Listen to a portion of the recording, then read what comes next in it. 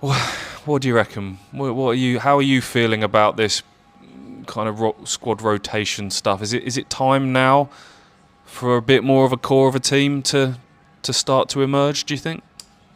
I can appreciate it to an extent with the fixture list they've had. I can understand it because of the amount of travel, because of the fact that you spoke about the front four, two of those players need their minutes managed because of fitness issues and previous injuries, and the fact that we all sat here watching the Oxford game, and beforehand, and I assume you felt the same way, that was the strongest team Ipswich could put out, and they lost 2-1 at Oxford in a performance that wasn't good enough. So the reaction to that is, right, let's try and give some other players opportunities, and they weren't able to take those either last night. So it's about finding the balance, isn't it? And the balance, we're nowhere near to that, of saying, well, player X hasn't played well in this game, maybe we just need to keep giving him the opportunities to improve and keep learning with his teammates, rather than saying, you've been poor, out you get, or you played last time, you're not going to play this time.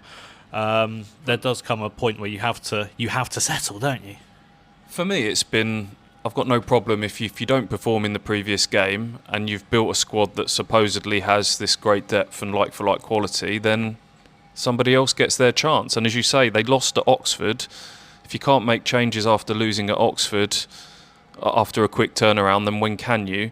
The ones that I have issue with is when players have played well. Greaves has played well in his last two starts and then drops out off the back of them. Darnell Furlong hasn't done anything wrong. He's been pretty solid. Was there any need really to make changes to the back four again and put Ashley Young in? Is that just because you're going out of your way to try and keep people happy, try and keep people motivated?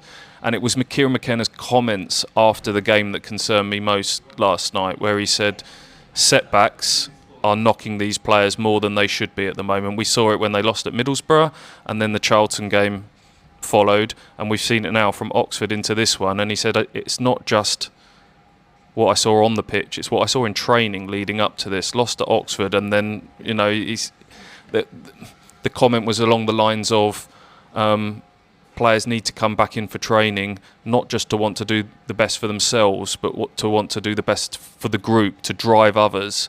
And does that sort of, am I reading between the lines too much, but does that hint at a few bruised egos, players coming in, well, no, I'm not starting the next one, and you're not supporting your teammate enough, and you're not getting behind that, right, these are the guys that are going to be playing now on Tuesday night. I've got to keep the standard high, I've got to make them feel good. It's a long, long way from this kind of band of brothers that we knew and love at the moment, where there did seem to be that camaraderie, that sort of all for one spirit. We've been saying it for a while, haven't we, that the mood is on a knife edge, the season's on a knife edge. We don't know which way it's going to turn. Is it all going to click? Is it all going to come together? Do they need a bit of time? And we've tried to be as fair as we can with some pretty underwhelming performances. There have been days where, even Oxford, if they take their, wasn't a great performance, but they still created enough chances.